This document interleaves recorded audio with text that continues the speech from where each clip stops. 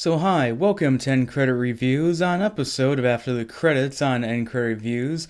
It's me, Tyler, this time from End Credit Reviews, and this is my review on the movie 1917. The movie 1917 is a war movie that stars both Dean Charles Chapman and George McKay, played two British soldiers who are assigned to give information where they have to warn 1,600 men that their attack is actually a trap, and they have to venture through dangerous territory to get there. Now, I gotta say this movie is just great. I just really enjoyed this movie a lot, and I just liked just about everything about this movie. It was really excellent. The movie was directed by Sam Mendes, who is a director I'll admit is kind of one that I kind of have mixed feelings about because he's directed some movies that I personally think are kind of overrated, such as American Beauty and Skyfall, but also he's directed some movies that I think are underrated and sort of overlooked, such as Jarhead and Road to Redemption and even Spectre to an extent. But anyway, I gotta say this is easily his best movie because the way it's shot and edited makes it look like it was all done one take. And there are times where I can tell where they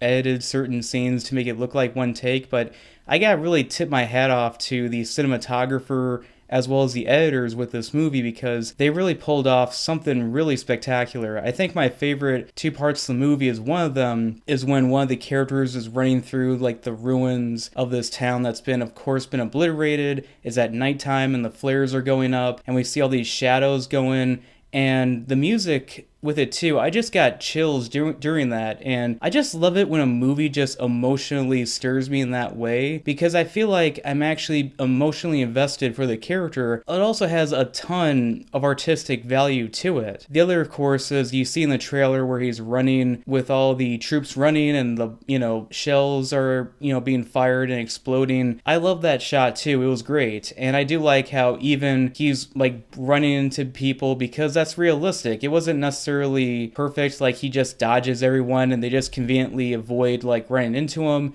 because that definitely felt very realistic. And this movie may take some creative liberties with, okay, that was kind of convenient that plane just crashed where they were at and other stuff like that, but this movie, again, very excellent. I liked it a lot, and also the two main actors in this movie did a pretty good job. I wouldn't say their performances were like spectacular or Oscar worthy, but they were very good for what they were trying to do. Speaking of the cast, I liked how there were a few like A-list actors as cameo appearances, such as Colin Firth and Benedict Cumberbatch, and even Mark Strong is his name. I just blinked for a split second there, but I had no idea he was in the movie, but I recognized his voice when he showed up, but we couldn't see his face. I'm like, yeah, he sounds familiar. I'm like, oh yeah, that's Mark Strong. And I did like how they were there as cameo appearances, and they had important roles. They weren't just there like, hey look, here's this important guy we got. I will say the one issue that I have with this movie is kind of some of the dialogue, especially at times some of the swearing that they use feels a little bit too modern. I highly doubt they dropped those many F-bombs back then. It felt like they were trying to, in a way, mildly pander to the current generation demographic, because if you ever watched a movie like the 101 Dalmatians movie that was animated, if you remember Horace and Jasper, all the kind of British slang they were using,